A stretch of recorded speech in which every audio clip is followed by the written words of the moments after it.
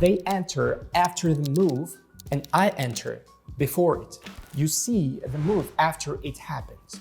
You chase it, enter late, and now you're going long at the top of the impulse. Chasing momentum is the fastest way to be wrong at the worst price. My name is Eric Cole. I only trade when there are no major news events and my bot shows a green indicator. Only fundamental commodities: gold, silver, oil, natural gas, and precious metals.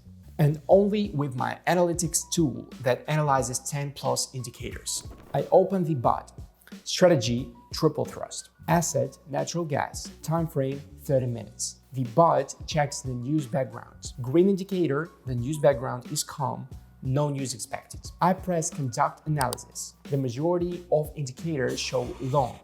Triple thrust confirms buying pressure is building. The momentum is forming before the breakout. I enter alone with triple thrust. Natural gas moved higher.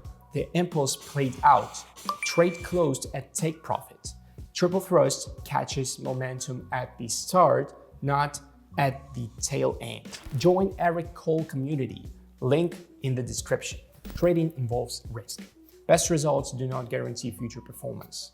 This is educational content, not financial advice.